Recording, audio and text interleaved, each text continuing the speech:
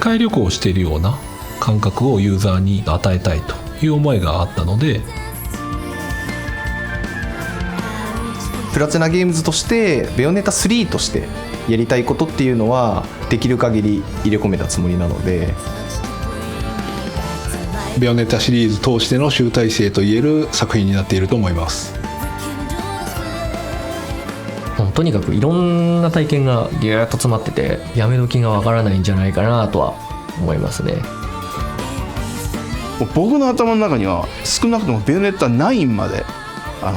構想がありますんで。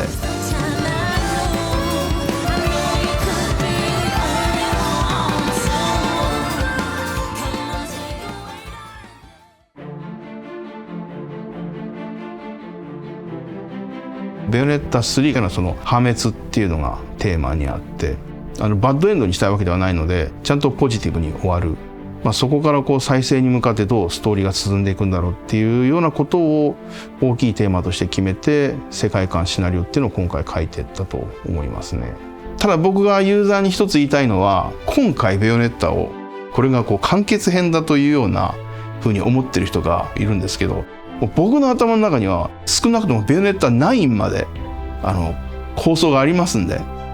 そういうものだと思って今回の3を安心して受け取ってほしいなと思いますね。今回のベヨネッタ3のシナリオを初めて見た時は、大きい目的自体はそのまま存在しますと、その世界を救うための戦いっていう、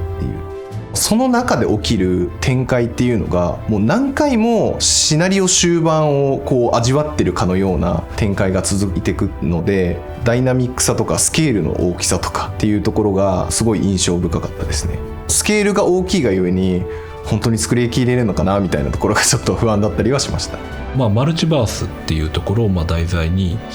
重厚かつ味わい深い展開になっています。でそういった部分っていうのはもちろん、魅力ではありますし、力を入れている部分でもあるんですけども、同じぐらい、力を入れていた部分が何気ない仕草、シナリオには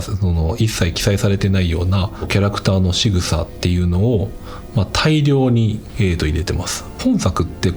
割とテーマが重たくて、普通に作ってしまうと、若干負の感情が大きくなっていくような、そういった、お話の構成になっているので、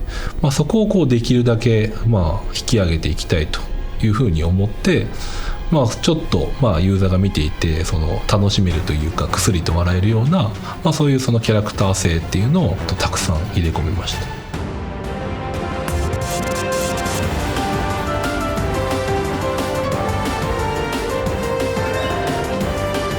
ベヨネッタ1、ベヨネッタ2に関してはアニメーション自体は手付けのモーションを行っていたんですけど、今作では音声収録の際に一緒にフェイシャル用に動画を撮影させていただいて、声優さんのリップシンクだったりフェイシャルの動きっていうのを画像解析にかけて、それをもとに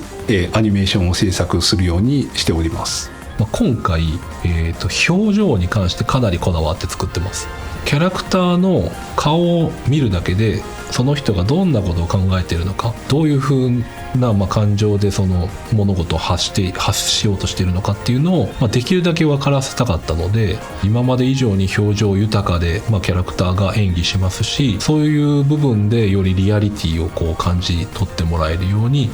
仕上がっています。カットシーンの見どころの一つとして、ベヨネッタ1、ベヨネッタ2で出てきたセリフだったり演出だったりが今回のベヨネッタ3でも踏襲されていて、見どころのある、ファンならここ見たことあるみたいなシーンになっていると思います。3ならではの演出っていうのも加わっているので、その部分も今まで1、2プレイされたユーザーも楽しめるんじゃないかなと思います。もちろん今回、下村監督が入ったことによって、派手なアクションシーンっていうのは、いろいろ入ってはいます。オープニングシーンでこの戦場でベヨネッタが戦うシーンがあるんですけど、この甲板をズダダーって滑りながら、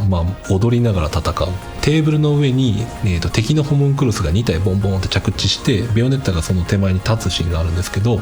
そこでこうテーブルクロスの要領でテーブルをズザッとこうクロスをバッてベヨネッタが華麗に引いて2人がドンドンってそのテーブルから落とされるっていうシーンがあったりするんですが、面白おかしく演出し、それでいてかっこいいっていうところが下村監督のお箱の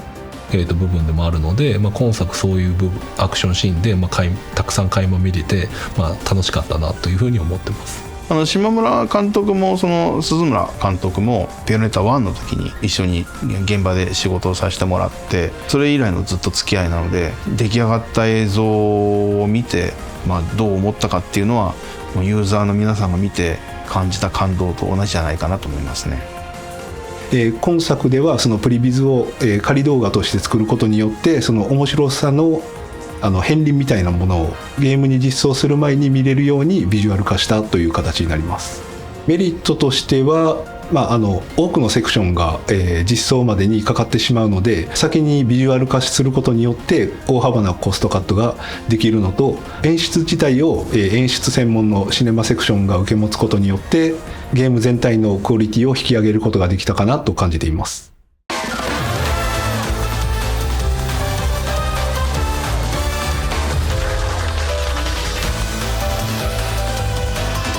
これっていうのはもう1の時から、これ今だから言うんじゃないですよ、今だから取ってつけて言うわけじゃないですけど、1の時から考えていた構想で、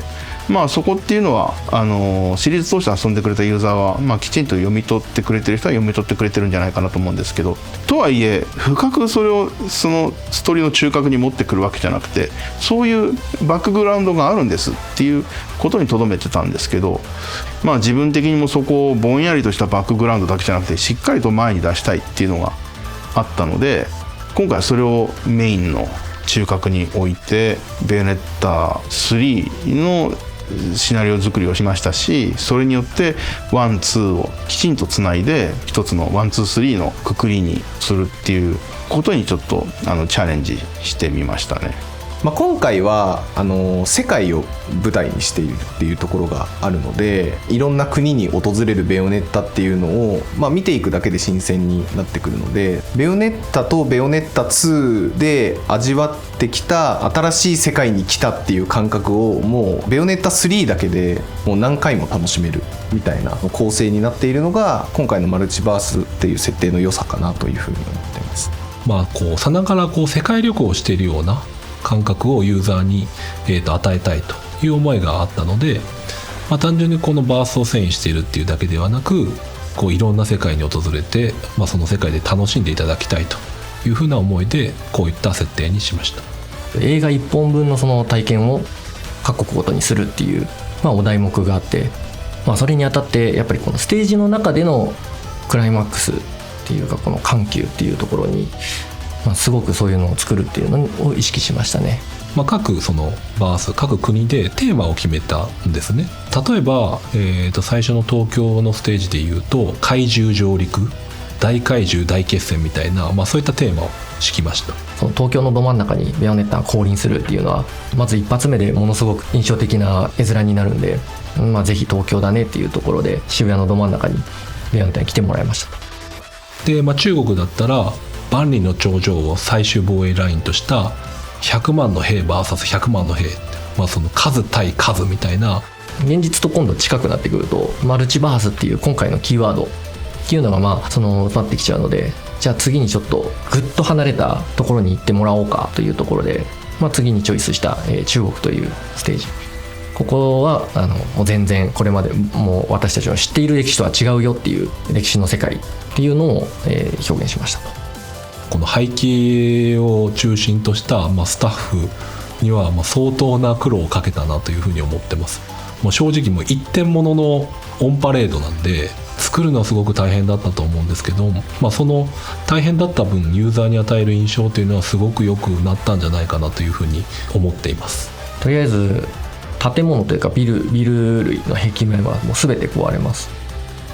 あとはこんなものまで壊せるのっていう結構大きさのものまで壊れるんで、とにかく大体目に見えてるものは全部壊れるんじゃないかなと。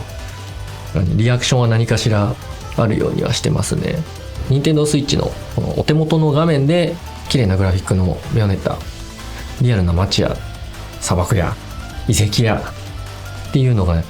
楽しめるっていうのはね、ものすごくリッチな体験といいますか、ちょっと見ると感動しちゃうんじゃないかなっていう。ぜひ遊んだ後にね、マルチバースっていう言葉とともにですね、僕らのいる街にももしかしたらベヨネッタがいるんじゃないかなみたいな、そのなんか想像力の広がるようなものっていうのに仕上げているので、妄想してですね楽しんでもらって、なんかそういう作品に仕上がっていたらいいなと思って作っています。今作すごい、長編の大作にはなってるんですけども、ゲームを進めるにつれて、どんどん世界であったりそういった、テーマが、書き換わっていくので、飽きずに、最後までプレイできるものになってるかなというふうに思います。ユーザーの皆さんにはすごい時間をもらった分、プラチナゲームズとしてベヨネッタ3としてやりたいことっていうのはもうできる限り入れ込めたつもりなので、なんでそういう意味ではそのシナリオはもう圧巻のボリュームで、もう映画 2,3 本あるぐらいかのボリュームはすごいあるので楽しめるかなと思います。